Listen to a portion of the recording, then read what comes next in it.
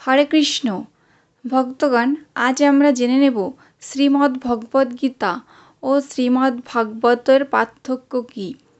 শ্রীমদ্ ভগবদ্ গীতা, যেটি প্রায় 5000 বছর আগে ভগবান শ্রীকৃষ্ণ কুরুক্ষেত্রের রণাঙ্গনে অর্জুনকে উদ্দেশ্য করে যে জ্ঞান দিয়েছিলেন, সেটি হচ্ছে শ্রীমদ্ ভগবদ্ গীতা।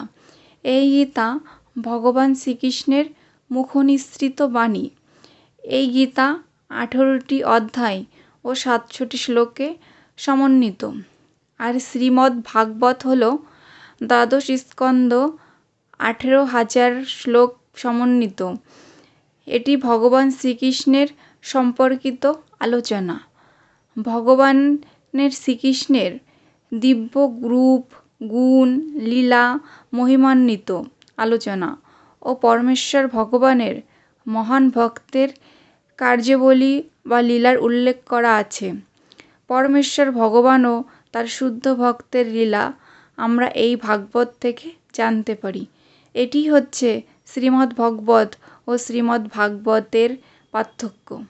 হরে কৃষ্ণ।